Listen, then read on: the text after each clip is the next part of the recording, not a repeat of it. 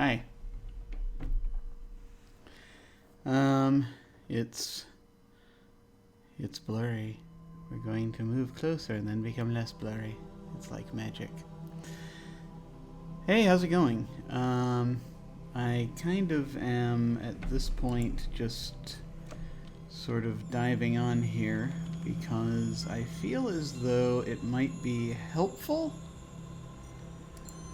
in some way. I hope. Not sure. Hello. Hey, Jillian. How's it going? I have no idea what I'm doing. This is going to be me talking for a little bit, I guess, pretty much, and just seeing how folks are doing. As I kind of, it's an experiment. Everything's an experiment, really, if it gets down to it. But I just sort of am checking in. Something you're probably going to notice is that I may have a light cough going on. I don't think it's the thing that is happening right now per se. Yeah, that's good. It's good to know that that's good. We can then have no idea what we're doing together. That's good. It's self-knowledge is dangerous. Why have any of that? You may notice that I have a light cough. I'm pretty sure that it is not the virus we're getting from the pandemic I've had, but there is a chance it could be, but it's probably more just my bronchitis acting up. So don't panic. I get this every year, all the time, constantly. So don't panic if you see me cough necessarily. That's just being cursed with the lungs that I have. Hey Matthias, how's it going? I just figured I'd just hang out for a little bit. I don't know if there's a possibility. There is a possibility of doing a video game later, but we'll see. I don't know exactly what the deal is going to be right now. That said, I just wanted to check in and see how you folks are doing. If you are all what you've been up to, and I'm just gonna. You're just coming home from work. Yeah, that's so that's it's like, what is it? It's gonna be something like you're 6 hours ahead, I think. Home office. That's good. That's good. I have tried to do the home office thing before. I'm actually technically trying it now. Yeah. It's basically the transition from being at work to at home is just basically shutting off the laptop, I guess, then. So that's neat that you can just sort of perceptually change the nature of your space just with a simple flick of a switch, or pressing of a thing, or waving your hand in a particular direction, or thinking it really hard. I don't know. However these technologies work these days. Are they that invasive yet? I'm not sure. Do we have hollow cubes yet? That's what I'm waiting for. But I've been joking about hollow cubes since the 90s, and damn it, I want one. But no, basically. Does this have a point? I don't know. It does. Sort of. It's just basically the humanity. I think that's something to do with it. But anyway. I mean, yes. That's true. Slacking off is active resistance against capitalism and the exploitation of workers. My question is, however, if you're your own boss, which I'm not assuming that you are necessarily, but if you're self-employed and you're trying to, that's where it gets trickier, I think. If you're you're trying to rebel against your boss, of course, if you're rebelling against capitalism in general, then that's entirely different. But yeah, it does get complicated.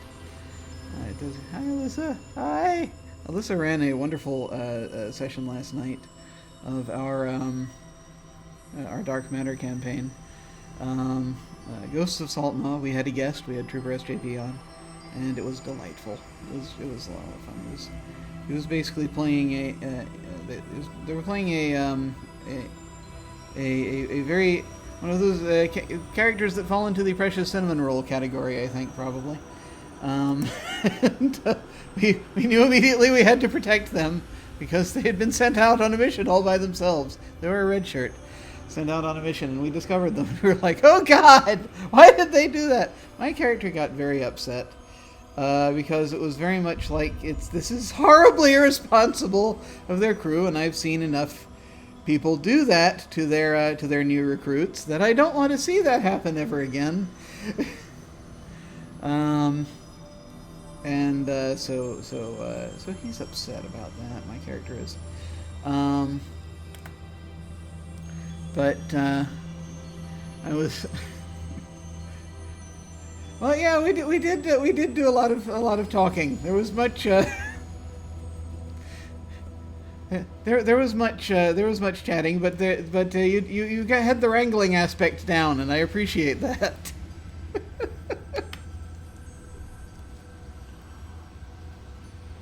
It was good.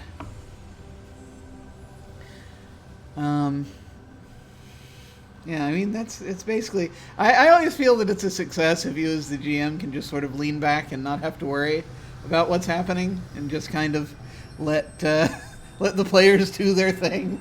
When it's mostly player driven, I think that's, as a GM, that's when it's most fun for me. When they're getting into it, I sometimes achieve that. Sometimes in some of these shorter games, these shorter campaigns. Invisible Sun is kind of written that way, where you're supposed to do that, and so that kind of helps in that respect.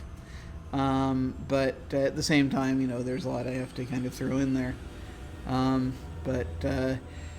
Those experiences, I think, in general, are kind of few and far between. It was like the last time I had that consistently, I think, was in a game of Amber Diceless that I ran back in the 90s. He said, being old. So it's a thing. Yeah, Julian, it's a lot of folks I figure are going to have free time on their hands, which is part of the reason I decided perhaps I should do this. I already work from home, basically, trying to do sort of put together entertainment media of this kind. And it's an uphill battle because I don't know what I'm doing, as the caption states.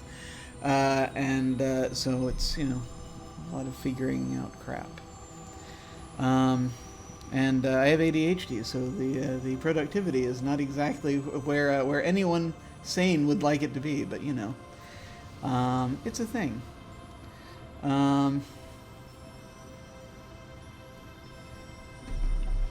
50. I'm not sure what a 50 is, Matthias. I will look it up. It's a perfect session to run after spending all weekend moving my godmother out of her townhouse, but soon I will have a new module to adapt, which means actual preparation. Forged in the dark. There we go. Okay, yes. Forgive me, I forgot who was saying it for a moment. Yes, of course, it's Forged in the Dark. No, I actually I'm very excited because to see to see more of those games, and we are hopefully. Well, it's one of those things I don't know if I should talk about it on the stream, because it's like we don't have solid plans yet, but I do have someone in the works who is interested.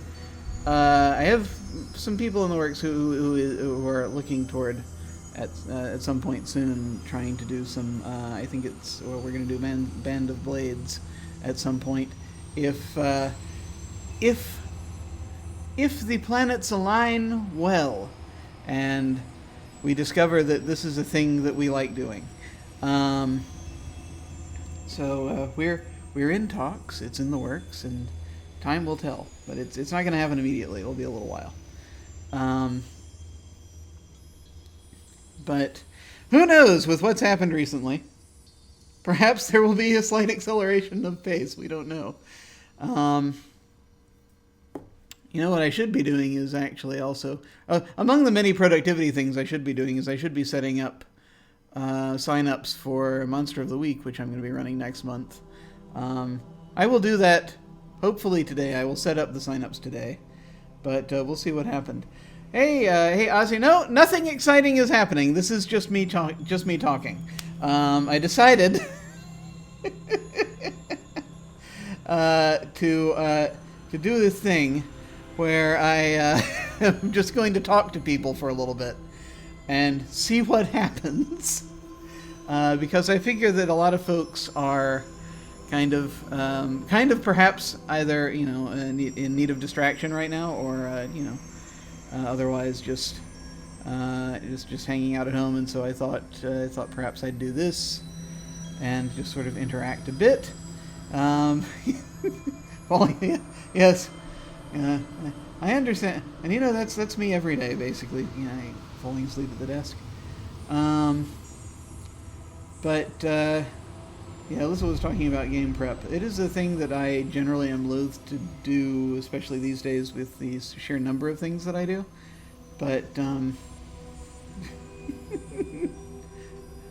and it's a thing where I find that I seem to do decently with improv stuff or stuff with prompts, but I sometimes feel as though I do better when I prep. So there are certain things for which I would like to prep at some point. And it gets weird. For example, I'm going to have to prep at least a bit for Space 1889 that's going to be happening this coming weekend. And it's generally what I'm going to do is kind of the same sort of thing that I do for... luckily, it's Savage Worlds, because I'm using the Savage Worlds version of Space 1889. I'm using Red Sands. When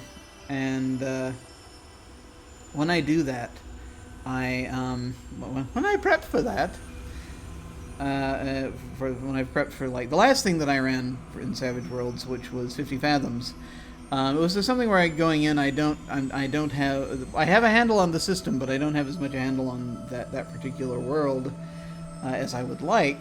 So I go through and I try to burn as much of the book as is reasonably possible into my brain in a short period of time.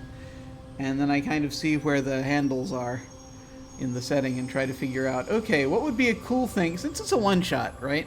I figure, okay, what would be a cool thing to go up against, and who's involved from all of this lore. And, I just sort of pick stuff out and go. And it being Savage Worlds, again, my formula for it, for like a roughly 3 to 4 hour game, is, it's like, okay, there's like a small to medium sized thing, and then a big thing, and there's the rest hopefully filled in with RP and other such things, and NPCs are perhaps available to help facilitate said RP if need be. Or there's an environment. It's usually like one of those things.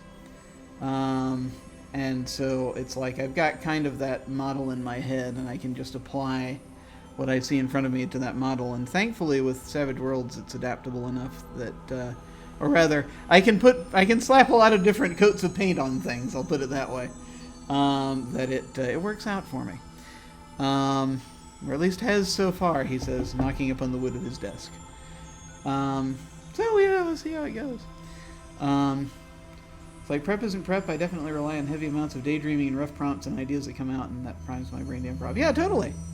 I don't think I do enough daydreaming, to be perfectly honest, because I need to get back into more activities where I can just not turn my brain off per se, but let it rest, which it is very loath to do on its own. Yeah, it's a thing where it's like it's a thing that's not television, because if I use like TV or movies or things like that, of course I'm just absorbed in that. But if I can like get out and drive, do other things, do things not here, then that helps sometimes. Going. I mean, there's a there's a gymnasium nearby that has a series of treadmills, and it is walking upon one of these treadmills that helps as well with that when I do that. Because I can kind of like start assembling pieces of things in my head. Won't be able to do that this week, but hopefully I can get back there sometime soon. I was just looking at I was looking through news items just to see if there was anything that not related to the current Armageddon that I could chat about a little bit. And I am seeing that apparently there's this thing where, and I'm not going to go into huge detail here because I too have a short attention span. But there apparently, the BBC came up with this article recently where they talked to a few people from a number of universities, psychologists, and what have you. Apparently, as we get older, we're constantly changing.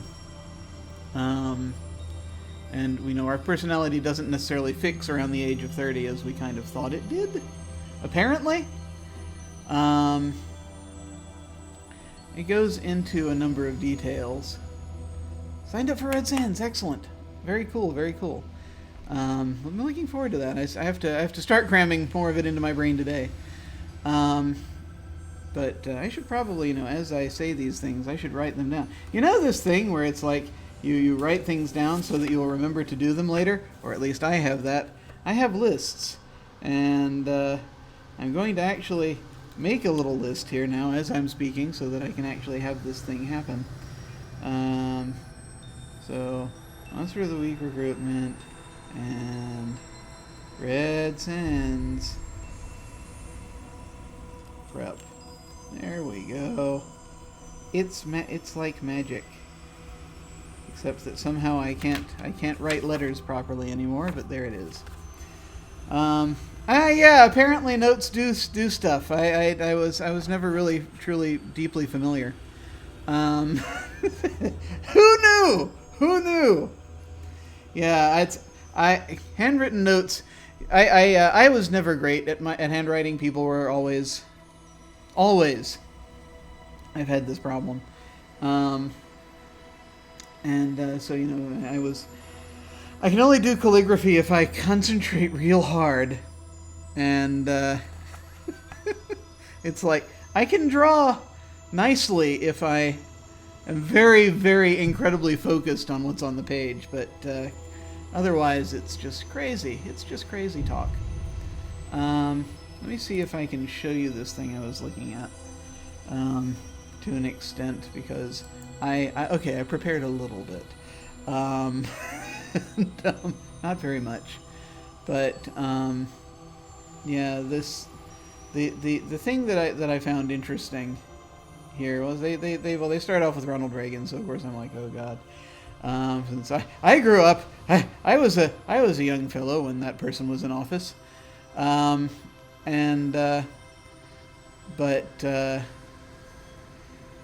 Yeah, they were saying that around the age of 30 is apparently when they say that they were thought their personalities were fixed, but apparently that's not the case. Apparently we get nicer. That's the trend anyway. Getting more altruistic, trusting individuals. Willpower increases. We develop a better sense of humor. And apparently the elderly have more control over their emotions. Which, that's the stereotype, and they address the stereotype in here later. They address the stereotype in here later. About, curmudgeonly old people. And while I am convinced those do exist still, it's not the actual overall trend. So it's just interesting to me because A, I'm getting older, and B, so is everyone else here, I hope. And B, it's this is a thing that I know that we kind of knew about the brain to an extent because this has been in the last few years. There was a point. This was within the last decade, I think, that someone came out with a study where we were saying that the way that memory works is not the way we tend to think it works. It's not like a tape recorder. It's not like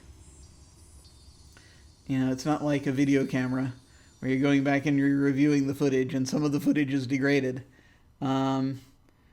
It's a thing where we rebuild every memory from scratch anytime we want to recall something. So it's quite the metaphor I heard applied to it is that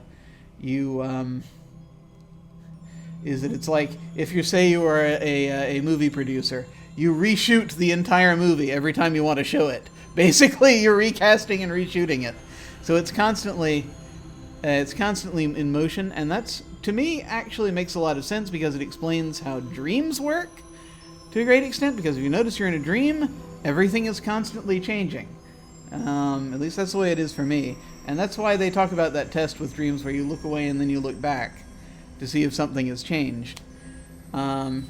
The trouble with my brain is that it likes to torture me in dreams sometimes because I get fixated on like this one thing that I'm like, oh, here's this thing, I'll come right back to it. And then I spend the rest of the dream looking for that thing because it's moved out of the way, because that's how dreams work.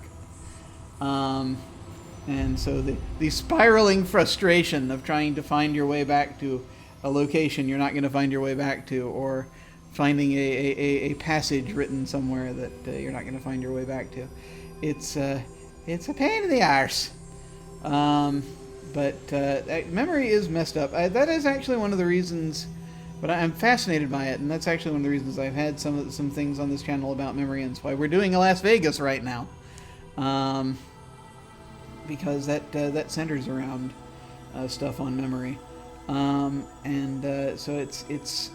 it's just interesting because it is as malleable as it is, but the upshot of this, though, for what I'm talking about up there, is that the idea that the fact that we're constantly, it means, on the one hand, a great thing for folks with writer's block, great news, is that we are constantly creating. We do it by default, which I think is awesome. And because we're constantly creating, we are constantly changing, because that applies to ourselves as well. As we have certain opinions get reinforced and certain things that we don't pay attention to as much fade away. It makes more sense to me that we are constantly changing and becoming different people at any given moment. And I have to wonder, actually, for people like actors, people like people who play RPGs, are we therefore, in a sense, more mercurial? Or do we have, or is there a thing where we might have more of a hand in the process because of the way that we do this? Why am I constantly writing a Kafka novel? But yes, not a day goes by that I don't ask myself that same question. That's a big mood, as they say. That is a definite mood. It's a definite thing that hits me. Just making an RPG scenario. Well, you see, that's the thing. That's one of the reasons I got interested in history eventually as I was growing up. I didn't used to. This is an example. The brain changes. As I was growing up. Oh my God. When I was a kid, I wasn't interested in history. And then as I started getting older, and I got into late teenagerhood and adulthood, I started to develop an interest in history. And the main reason I was interested in it is so that I could use it in fiction.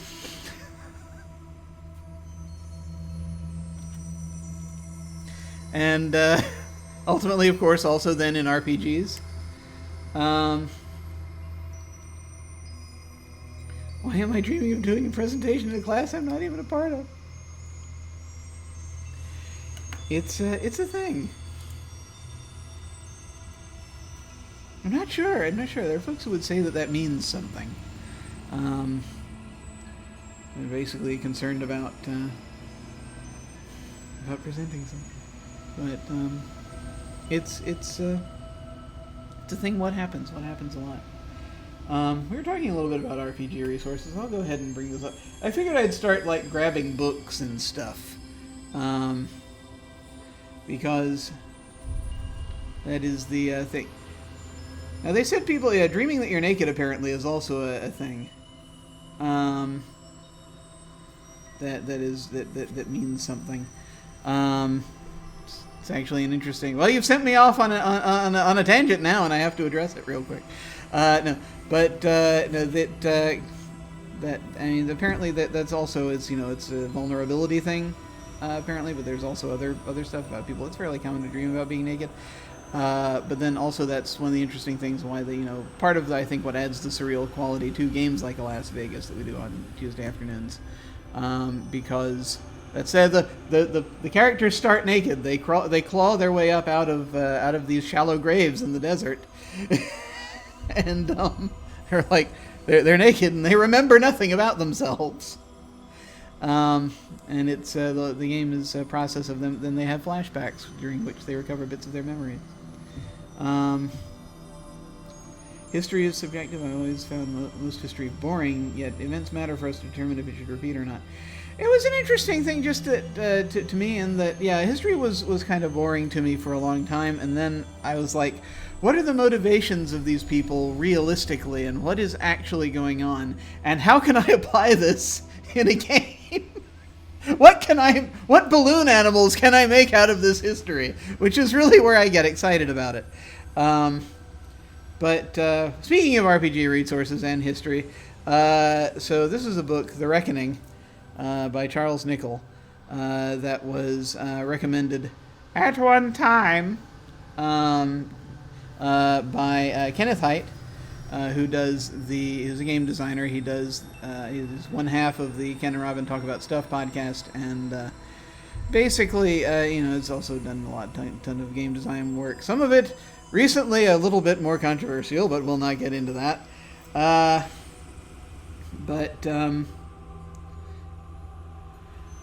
History can be very boring in school. You have to you have to make it interesting. That's the thing.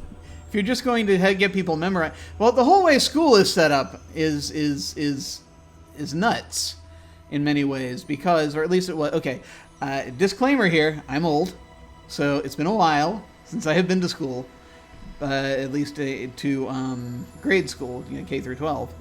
But the way school is set up is to force you to memorize. They teach to tests, they teach to memorization, and there's no way in hell you're going to keep that. And exactly, Matthias, history is not about recounting dates. I mean, the thing that they tell you in the abstract is so that you don't repeat the same mistakes. I think it's more than that. You learn history because it aside from it being interesting to engage with, it's so that you can engage with it and understand why you're here doing what you're doing here now.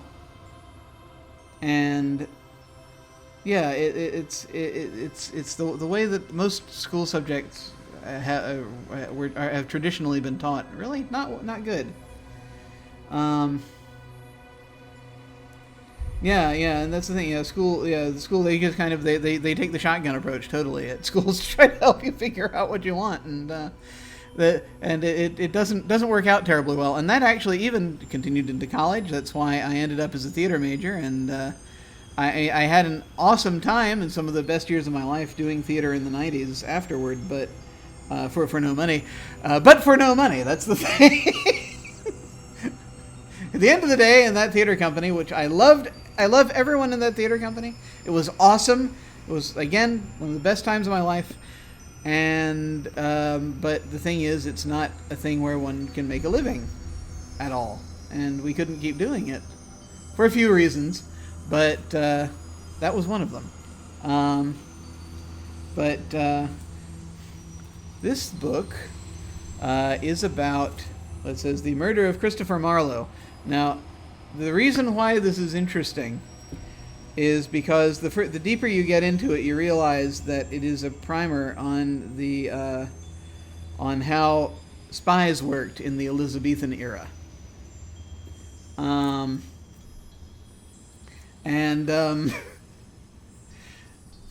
It's fascinating. And I'm just going to say here, by the way, if you're studying theater, that you totally can make a living at it if you're not me.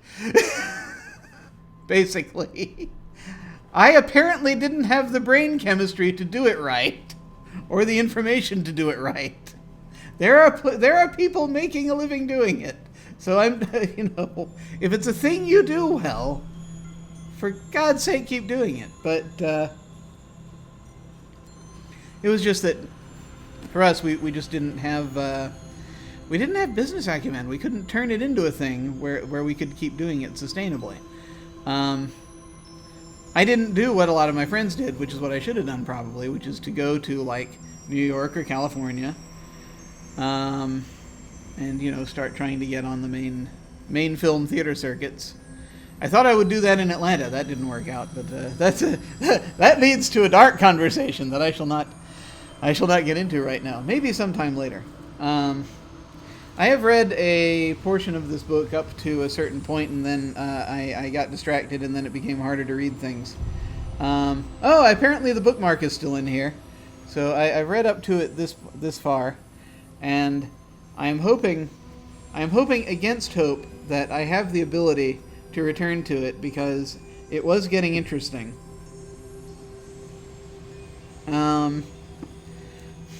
But it's the thing about it is, it basically, anyone who wants to see sort of get a very thorough development on A, how to examine a case of things happening in history, and B, how you set up a spy network, or if you want to emulate something like that, where it's not a James Bond type deal, it's more of a, say, like something Elizabethan era and earlier. It's fascinating for that. So I do actually highly recommend this, The Reckoning by Charles Nicholl. Should anyone wish to try to pick that up. My copy is unfortunately falling apart. I don't think it was bound terribly. It was a used copy, not bound terribly well. And I have not been able to find an ebook version of it, but I haven't looked within the last couple of years, so I should. Hopefully one day I will get back to it and finish the book and be able to figure out more about what's going on. But it's a lot of fun. It is to me an interesting read, and you learn a lot about for folks who know anything about Queen Elizabeth. It actually talks one of the relatives of Walsingham, her spy master, is features in this book, and it's very much a thing where you can kind of see how their network worked after a little bit of time.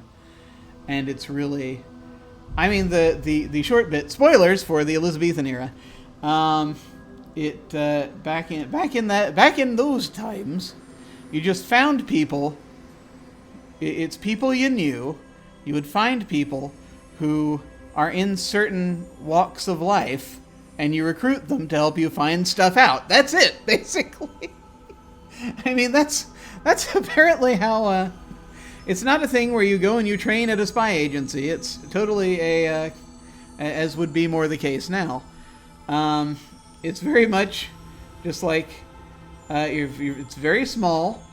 Your network, by and large, you go and you recruit civilians, and you, especially in those times, if you're offering them money, that's quite an incentive. And you basically you do that thing. Yeah, exactly. That's totally, do what you do. Let us know if you see and hear things, and we will give you money. And it was over such a thing. They think that Christopher Marlowe actually was murdered. And the story the cover-up story was pub fight, if I recall correctly. But and it was really more of a they were renting a private room at Okay, no, never mind. Okay. I'm not going to get into all the details about it. But it's interesting. It's interesting. No spoilers for the Elizabethan era. But yes, read to find out.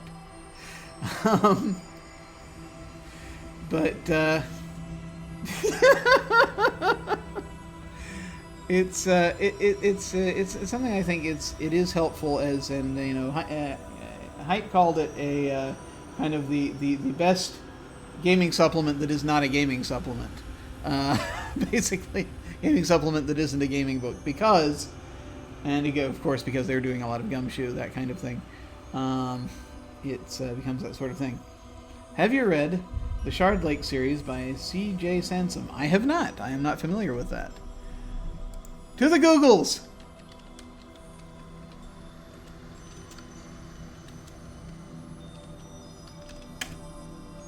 Shard Lake series. The Shard Lake series is a series of historical mystery novels by C.J. Sansom, set in the reign of Henry VIII in the 16th century. And he plans to write further Shard Lake novels, taking the lawyer into the reign of Elizabeth I. That looks fascinating! Yeah, okay. I'm gonna go ahead and I'm gonna open a tab. I've got 50 tabs open, but let's open another one. I actually, that just immediately looks very interesting. And so these days I do more audiobooks than anything else if I get a chance to. So yes, totally. I will look into that. Thank you, Ozzy, for recommending that, because that looks very cool. So yeah, historical mystery is a thing of interest that I haven't read nearly enough of. I've got like a CAD file book in there and I haven't read it yet. Did Twitch do a thing to you? It looks like it's still up on my end. I'm looking at the other monitor right now where the stream is happening. So hopefully it's still working. But am I still here? Is this real? I can't tell anymore. Oh God. But the show Turn. I've been hearing about that recently. I don't think I've actually seen that. That is apparently Washington's Spies.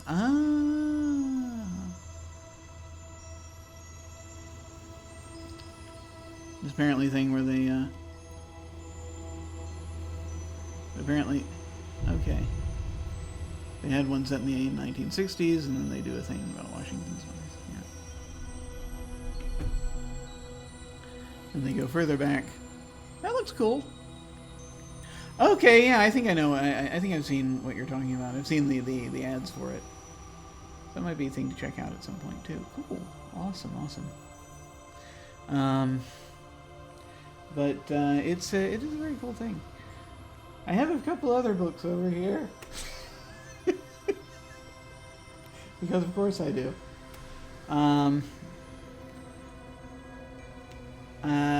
See, because I had the thought about talking about books and then also analog games and digital games and stuff like that a little bit. I think I brought too much material now. Perhaps I should drop one of these out.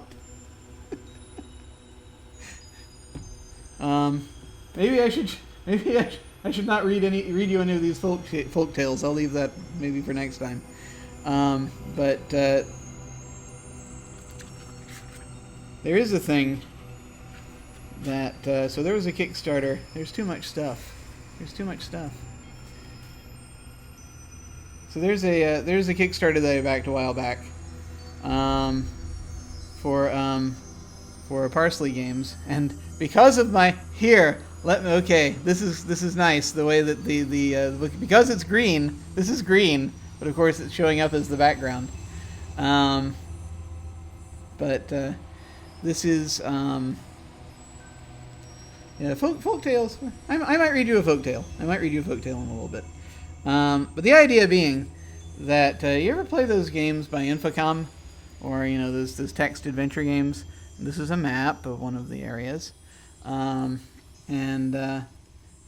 And you ever have that thing where it's like, so you would type in these text commands, and it was like, so Zork was the biggie, and of course that's why the Action Castle logo looks like this. Action Castle was the first game that he came out like that.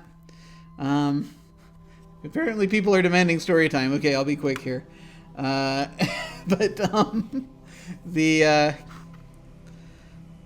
has all of the Parsley games that they had published up until that point. It's green, but I'm going to show you the table of contents again because it'll be pretty. Because they've got Action Castle, all three of them, Blackboard Jungle, Danger Town Beatdown, I'm not familiar with that one, Flaming Goat, Jungle Adventure, Pumpkin Town, Six Gun Showdown, Space Station, Spooky Manor, Z-Ward.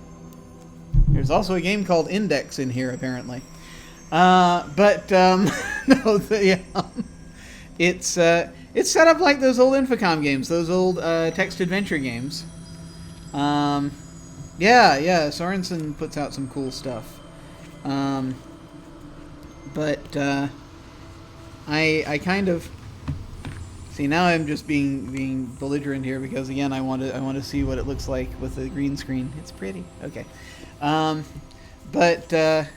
yeah, no, it's I would sometimes do this at parties where I would have folks. I would just start doing one of these things. There's one called Space Station. I didn't see that. Yeah, there it is. Yeah, that I would do, and basically, it's this thing that I used to do on the playground as a kid, actually, and that's part of the reason I started getting the Parsley games. Is because as a kid, I had played a number of text adventure games, and then on the playground I would do a thing where I was the computer and everyone else would just sort of say what they were doing. I was jamming before I knew what jamming was, basically. That's kind of how that worked for me. But so these games, they're kind of meant as more a little bit of sort of performance performance art comedy type deal to an extent, because it's really more just a question of that's why I kind of did it as more of a party thing, because it's really just you try to lean into the absurdity of being a computer. But it's fun. They're fun, and I may try to do one of those on the stream at some point. If folks are interested and would like to dive in and start typing commands at some point. Not now. I'm not going to do it today, but if I do a lot more of these, which it seems as though I may very well, then we're going to need material, so that's probably going to happen at some point.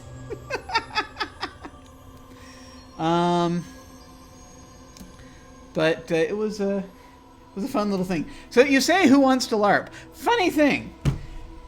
Do you know? And I just found out about this. But I've known about this for a number of months now, since last summer. But there is a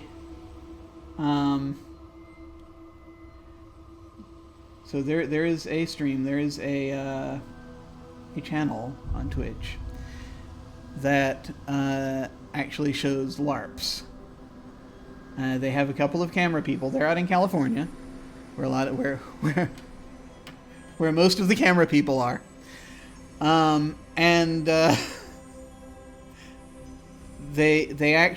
have this the system that they've set up. It's their own game system, but they've set it up. It's fascinating what they do. What they do with it. It's Scabby Rooster. The thing is called. Let me actually, in fact, see if I can link you the thing. I might be able to do better than that. Wait a minute. I have technology here. Wait a moment. Let me show you. Yeah, parser. Yeah, no, Parsley. Yeah. It took me a little while to get that too. So some of what they do is just, typically it's just a thing where they it's just a thing where the same sort of people around a table. This, they actually have a LARP that they shoot. I'm going to go ahead and let me see if I can show you what I'm looking at here. just a wee bit, so you'll understand what I'm talking about. Let me scrub through. So apparently, so they do this LARP called Blank Slate, and it's not so much foam swords. This is more salon style LARP, and apparently there's some sort of strange intro. They've set this up where everything is in character, even up to and including the game mechanics, because there are characters that are essentially godlike beings that are sort of game masters. They don't call them that, but they have a different term for them. They'll do this thing. They'll stand them out. This is one of the GMs, basically, and they will have these scenes that they do. They'd sort of developed their own characters for them, and you can see that they've set up the cameras very specifically to have the action in a contained area. And it's mostly, so it's people stand. It's like when I did a bunch of vampire LARPing. It's basically people standing around and talking. So I never really, when I go on there, I never really see like combat per se. But not to say that it doesn't happen, but there's a lot of drama, and then people assassinating each other and things like that. It's very much that kind of deal. People like have terrible and dramatic things happen to them, so it's an interesting thing, where they sort of work out, and they sometimes, I guess, they choreograph these things, and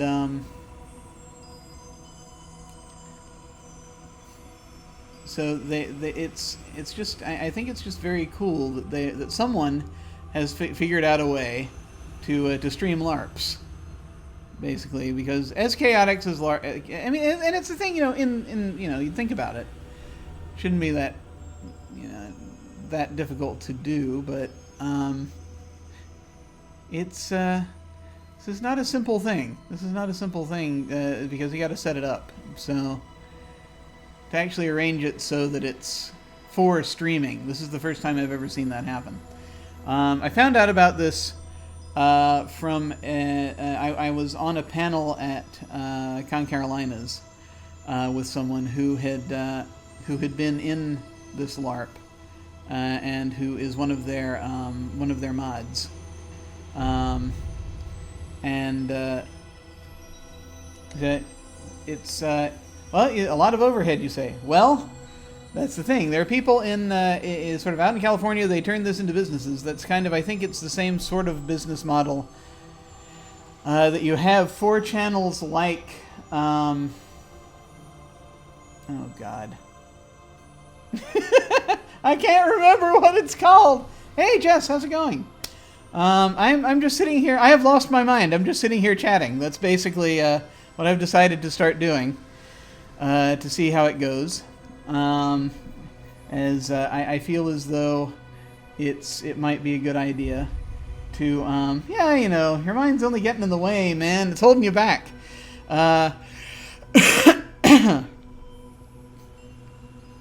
So it's it's just basically a thing where we have you just sit and we'll chat with folks and talk about some just stuff. I've been showing people books and things a little bit, and just kind of just to do a thing, as I know that that a lot of folks are at home right now, so might need something to stare at.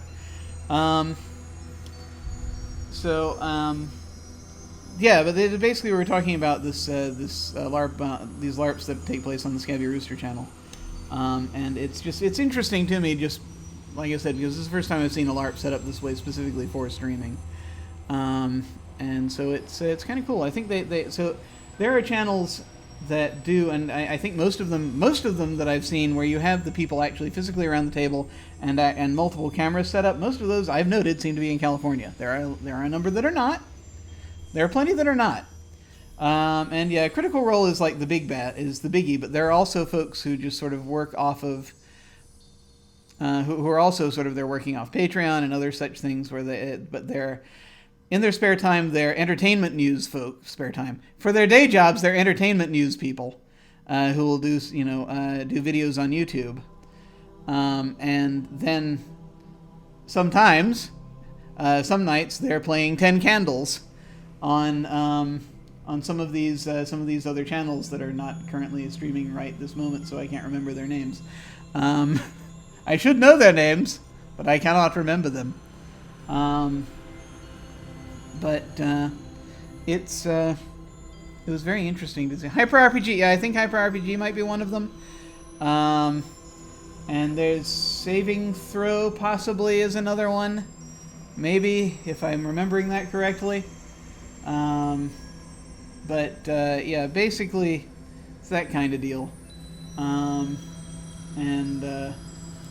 So yeah, a bunch of, yeah, Happy Jacks does that too. I keep forgetting to mention Happy Jacks because because I sort of know them. I've been interacting with them for a very long time. So they started streaming, and I was like, oh, they started streaming, and I knew them as a podcast for a very long time, so it slips my mind because I think of them more kind of as friends.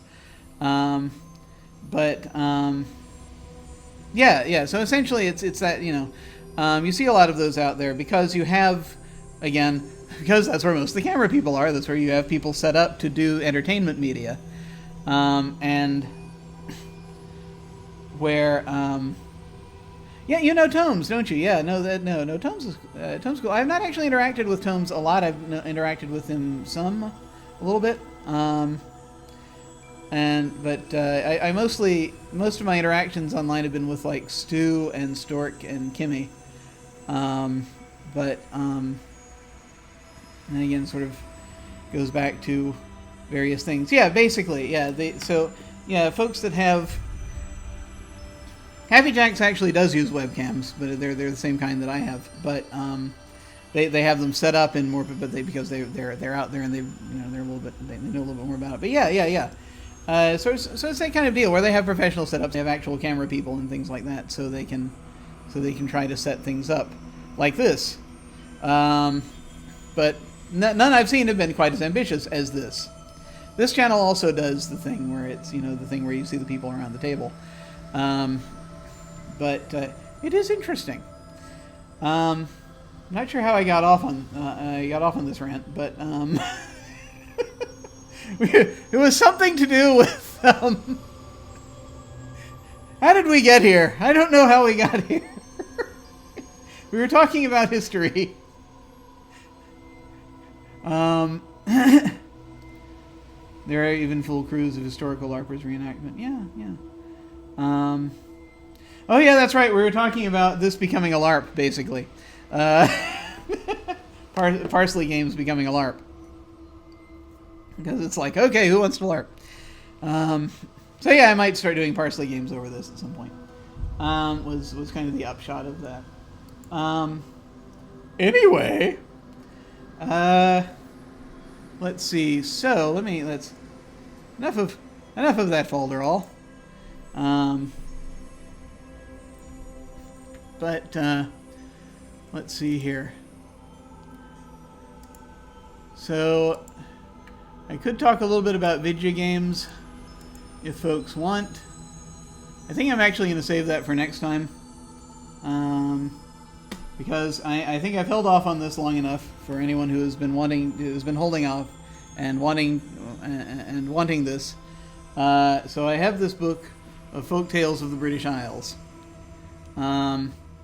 And I haven't actually read any of it.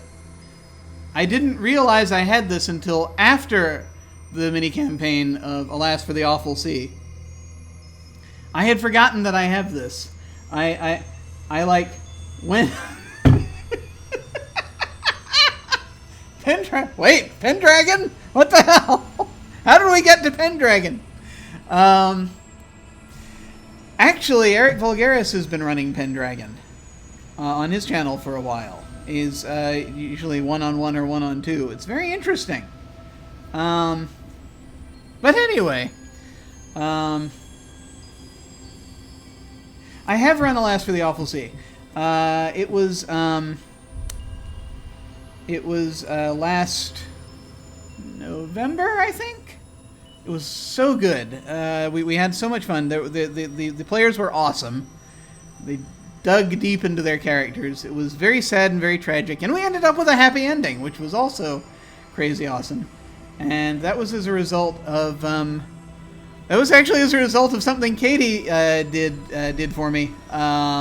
She did a recording for me. She wasn't in the campaign, but she couldn't be in the campaign because, funnily enough, she was in another Alas for the Awful Sea game that was going on at the same time. And that had been going on for much longer, the one on Off the Table.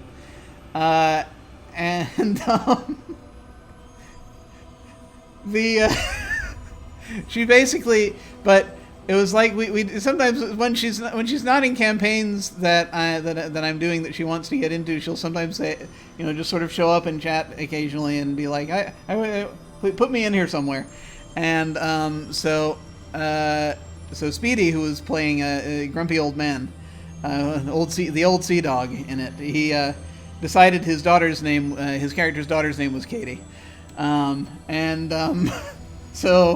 It was this very tragic thing. She had died like 20 years ago at sea. And so this is a game where ghosts show up. So Katie offered to do a recording, to do an MP3 recording of a message to him. And of course I leapt on that. So it's this thing in the final episode, this he's been demanding of the sea to see his daughter again, and finally she appears.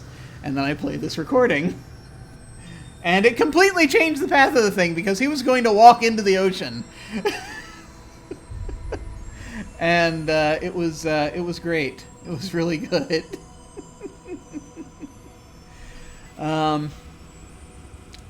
But I think, so Folk Tales of the British Isles, basically, is what this is. And I guess I have not seen, the dedication is for my father. Oh God, okay. I do not speak this language. This looks somewhere in the Welsh Gaelic-y family. Celtic Gaelic-y. Ir hen ril gan edad a glaiod cydel a can edad figlaod in ta ac ar mi gofiathinir. Apparently. The grey old man in the corner of his father heard a story, which from his father he had heard, and after them I have remembered. It says.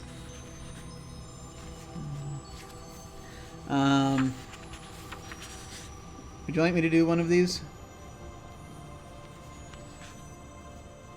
I'll do one. They're not hugely long. There's a section on fairies. There's a section on origins and causes. Okay, those are probably essays. There's a section on kings and heroes. There's a section on fabulous beasts. There's a section on, it says, nursery and jocular, ghosts, fables and animal tales, giants and strong men, historical, saints and devils, and enchantments.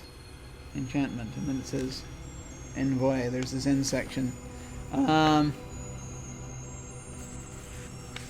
I'll go ahead and provide...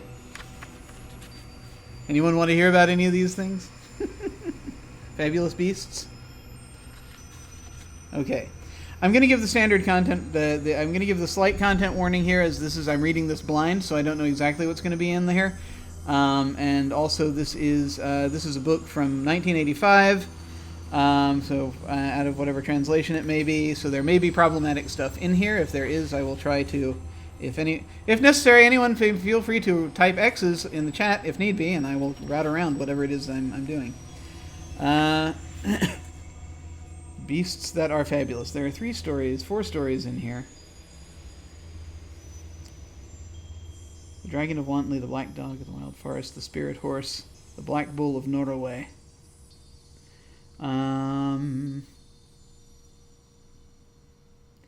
Yes. I think we're going to go with the black dog of the wild forest. And because that one looks like that's the shortest. I do not know what happens to the dog. But I have a feeling it's... I don't know what it is. I'm going to find out.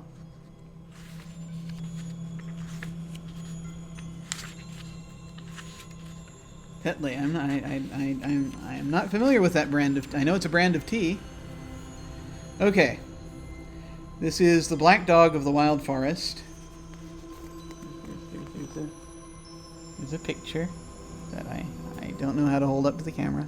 There we go. See, there's the picture.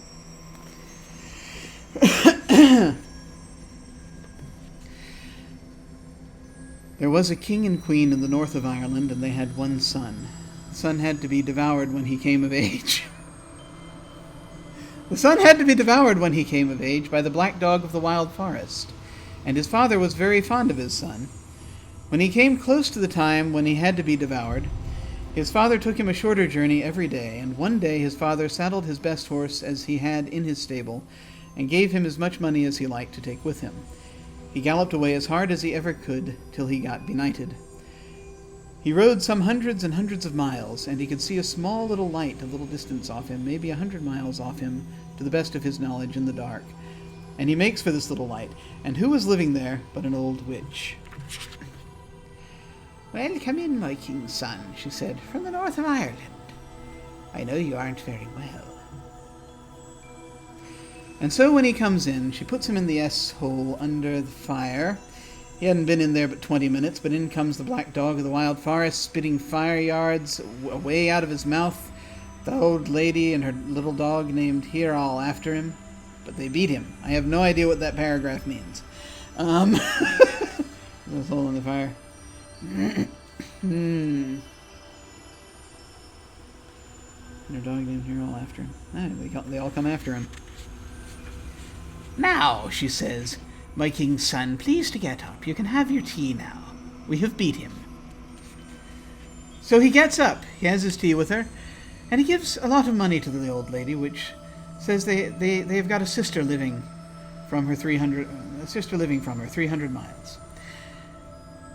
"And if you can get there, 10 to 1, she will give you her advice to get safe. I will give you my favors, the bread out of my mouth. That is Here All the dog. I will give you that dog with you." He gallops on till he gets benighted. He looks behind him on the way he was going. His horse was getting very tired, and he could see the black dog of the wild forest after him. And he gallops on till he comes to the other sister's house. "Well, come in," she says, "my king's son from the north of Ireland. I know you aren't very well." She puts him down into the S-hole again, sir, and she had a little dog named Springall. If they fought hard the first night, they fought 15 times harder with Here All and Springall and the old lady herself. "Well," she said, "my king's son, I will do the best as ever I can for you. I will give you Springall, and I will give you the rod. Don't forget what I tell you to do with this rod. You follow this ball of worsted. Now it will take you right straight to a river. You will see the black dog of the wild forest, and so ever you get to this river, you hit this rod in the water, and a fine bridge will jump up. And when you get to the other side, just hit the water and the bridge will fall in again, and the black dog of the wild forest cannot get you." He got into another wild forest over the water, and he got romping and moping about the forest by himself till he got very wild. He got moping about till he got to, and he found he got to a castle. That was the king's castle as he got to over there. He got over there too. He got to this castle, and the gentleman put him on a job at this castle. So he says to him, "Jack, are you only good at shooting?" "Yes, sir," he says. "I can shoot a little bit. I can shoot a long way further." "Well, will you go out today, Jack, and we will have a shot or two in the forest." They killed several birds and wild varmints in the forest, So him being sweet upon a daughter at this big hall, her and Jack got very great together. Jack took her down to the river to show her what he could do with his rod.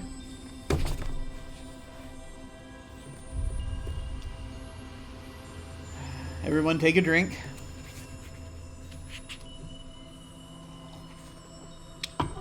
Him being laughing and joking with her.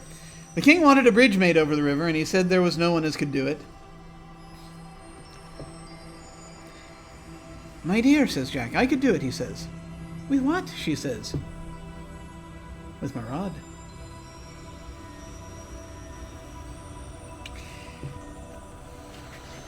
I feel as though I figured out the nature of the content warning here. Okay. Alright. Nope, just gonna I've committed to this. We have to finish. He touched the water with the rod. And up springs as nice a bridge as you ever have seen up out of the water. Him being laughing and joking with this young girl. He come away and forgot the bridge standing. He comes home. Next day following, he goes off again, shooting with the king again. And the black dog of the wild forest comes to the king's house. Because of course he does. He says, I presume this is the dog talking. He says to the old lady, herself, whatever you do tomorrow, Jack will be going out shooting again. And you get Jack to leave his two little dogs, as I am going to devour Jack. And whatever you do, you fasten him down in the cellar tomorrow. And I will follow Jack to the forest where he is going shooting. And if Jack kills me, he will bring me back on top of his horse, on the front of him, and you will say to him, oh, Jack, whatever are you going to do with that? I am going to make a fire of it, he will say, and he will burn me, and when he burns me, he will burn me to dust. And you get a small bit of stick. Jack will go away and leave me after. And you go and rake my dust about, and you will find a lucky bone. When Jack goes to his bed, you drop this lucky bone in Jack's ear. He will never rise no more, and you can take and bury him. Good God. Oh my God. There's not much left. I'm scared this is going to get worse. But no, we've committed to this. We may as well go down. The cart is already heading downhill and on fire. We may as well crash it into as many rocks as we can.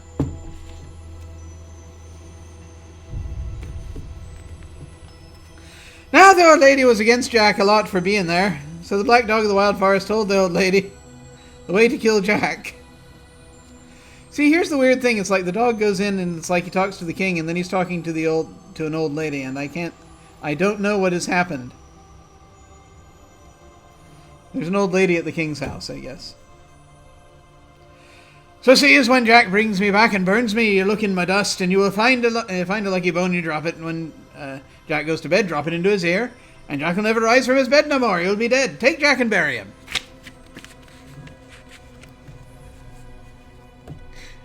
Jack goes to the forest to shooting, and the black dog of the wild forest follows him, and Jack begins to cry. Now if the fire came from his mouth the first time, it came 100 times more, and Jack began to cry. Oh dear, he cried. Where's my little Hair-Hall and Spring-Hall? He had no sooner said the words 5 minutes, but scarcely comes up the two little dogs. And they's a very terrible fight. But Jack masters him and kills him. He brings him home, the black dog of the wild forest, on the front of his horse. He brings him back, Jack, on the front of his horse, and the king says, I swear it repeats this. And the king says, whatever are you going to do with that? I'm going to burn him. And after he burns him to dust. The black dog of the wild forest says to the old lady, because apparently the black dog's still talking from beyond the grave, when Jack burns me to dust, you get a little stick and rake my dust about, and you'll find a lucky bone. You drop that lucky bone in Jack's ear when he goes to bed, and Jack will never waken no more. And then you can take him and bury him. And after that Jack is buried, there will be no more said about him. I'm kind of on the black dog's side at this point. Well, the old woman did so, sir. When Jack went to bed, she got this lucky bone and did as the black dog of the wild forest told her. She did drop it in Jack's ear, and Jack was dead. They take Jack off to bury him. Jack been buried 3 days, and the parson wondered what these 2 little dogs was moping about the grave all the time. He couldn't get them away. I think we'll rise Jack again, he says. Because of course he does.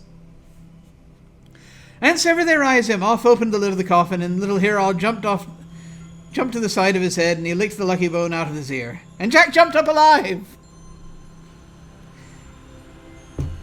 Jack said, "Whoever put me in here?" "It was the king as had you buried here, Jack." Jack made his way home to his own father and mother. Going on the road, Jack was riding bounded on the back of his horse's back. Hero says to him, because this dog talks as well, "Jack," he says, "come down, cut my..." Oh, God. Okay, no. No. Alright, no. Nope. Nope. Nope, nope, nope. Nope, nope, nope, nope, nope, nope, nope. Nope.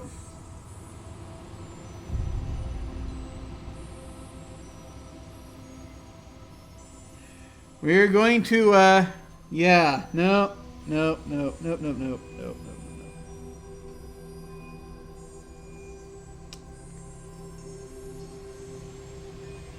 no. So I'm going to summarize at this point.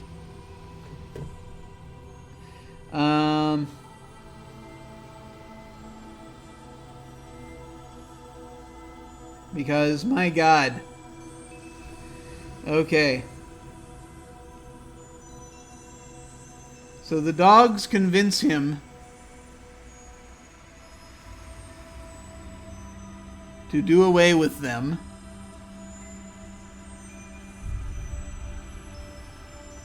He objects. They talk him into doing it. Because apparently they say he has to. He goes home crying about his 2 little dogs.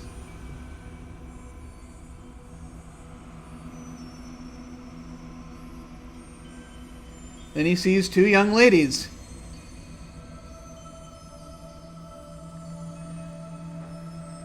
And they ask him, "Why are you crying?" He tells them, "I'm crying about 2 little dogs, 2 faithful dogs, what I had." "What was the name of your little dogs?" "One was Hero, the other was named Springall." "Would you know the 2 dogs if you'd see them again?" "Oh yes, he says. "Well, I am Hero, and this is Springall." Because apparently they've been resurrected as 2 young ladies. And then he goes home to his father and mother and lives happy there all the days of his life. Folks, not to put too fine a point on it, history is fucked up.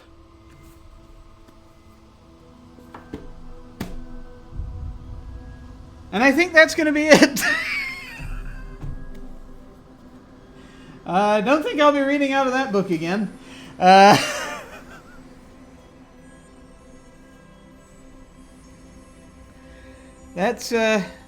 was a thing. The idea.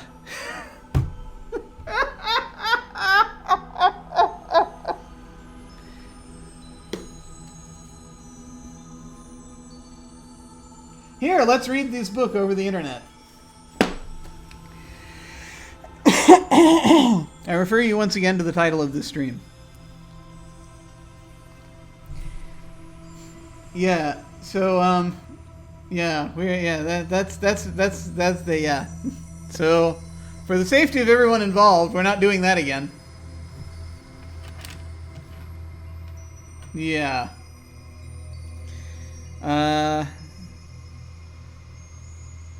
So that was a thing. And we will not be reading that out here again. I think this has been a delightful experiment.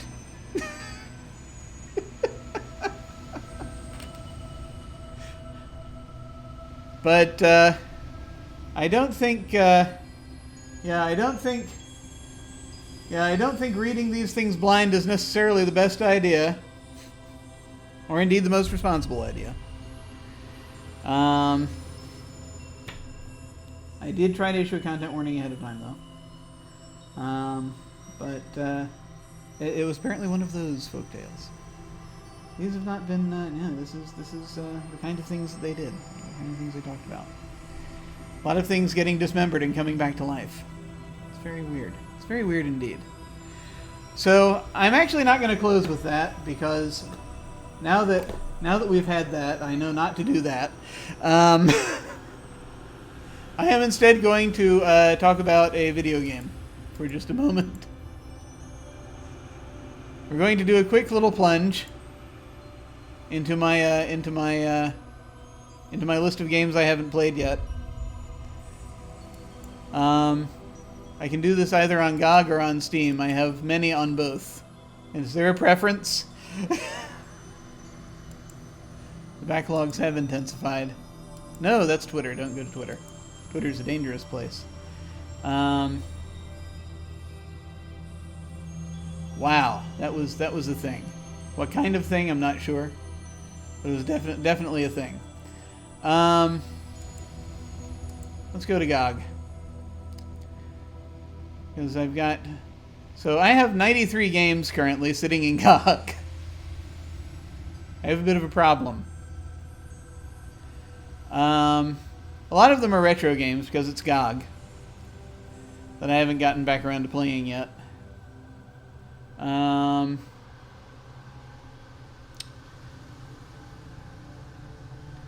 So Grim Fandango is going to be, when I get my crap together, Grim Fandango Remastered will be the next game that I attempt to tackle in the Sunday morning slot, if I can manage to do that at any point. We're doing like 2, not unplayed necessarily. A lot of these are games I played a long time ago, but yeah, a lot of them are unplayed since I purchased them.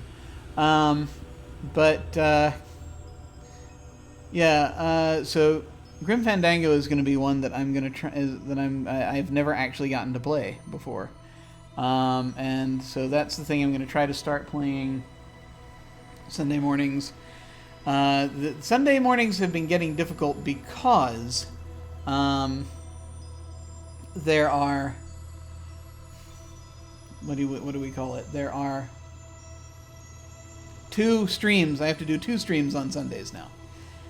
So there's often things I got to prep for and be ready for. The afternoon stream and is now an afternoon stream, and it's moved a little earlier. It was an early evening stream, it now moved earlier. The one-shots. So I got to figure how to do that. But theoretically, Sunday mornings, if I when I don't have anything that I have to do, I'll be doing that.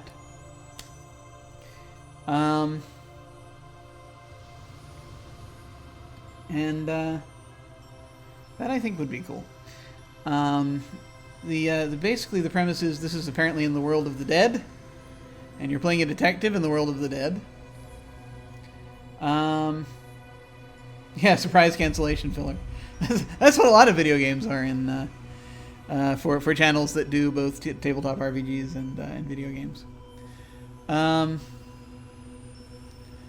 And it's it's a one that I want to get into, because I was into a lot of the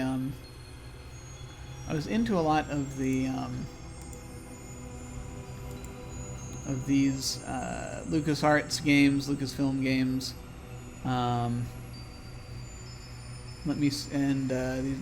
These adventure games. I was really deep into Sierra games when they first came out. Let me see if I can play this without sound so I can keep talking. Just going to basically so I can have the trailer images going on. It was something that that I had a lot of fun with. I really enjoyed the stories, primarily. That's what I got into them a lot for. I would I would go onto their bulletin boards to try to find answers to a lot of the a lot of the puzzles. But this was one I never got around to, and I wanted to.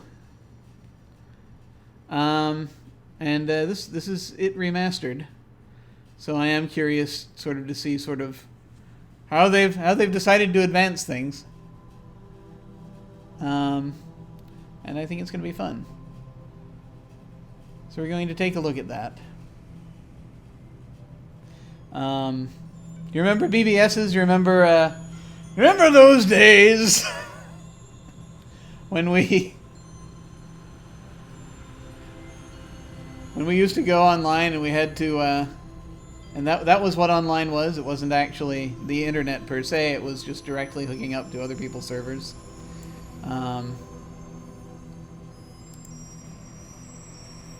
Because that's basically what it was, and you would go in and you would play muds and mushes and spend like hours and hours building this character and then not play it, or at least that was my experience.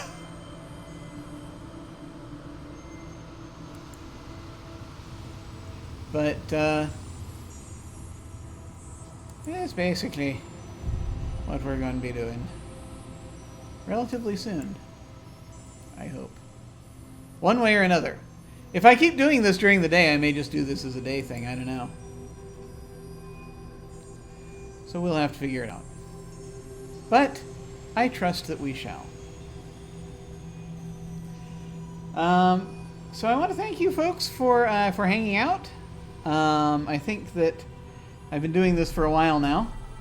I'll find out how long I've been doing it using this command called uptime. About an hour 20 minutes. Okay, that's a decent amount of time for this kind of thing, I think. That was the thing. If I can manage to do this earlier in the day, then I may also do it as a lead-in to like a video game or some such thing. We will see. I need to get back to Torment. Haven't finished that yet. That needs to happen. But yeah, I'm definitely going to check that out. Thank you for sticking on and for hanging out and watching. We will see you folks later. I think what I'm gonna do. There's like 5 of us. I could try to raid someone else who's just chatting right now, if we desperately wanted.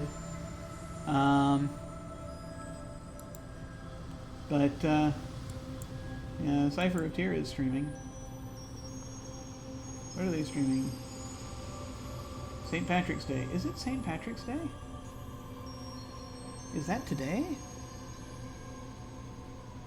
Wait. Is today St. Patrick's Day? That's tomorrow. Okay. That's like I read an Irish folktale on St. Patrick's Day.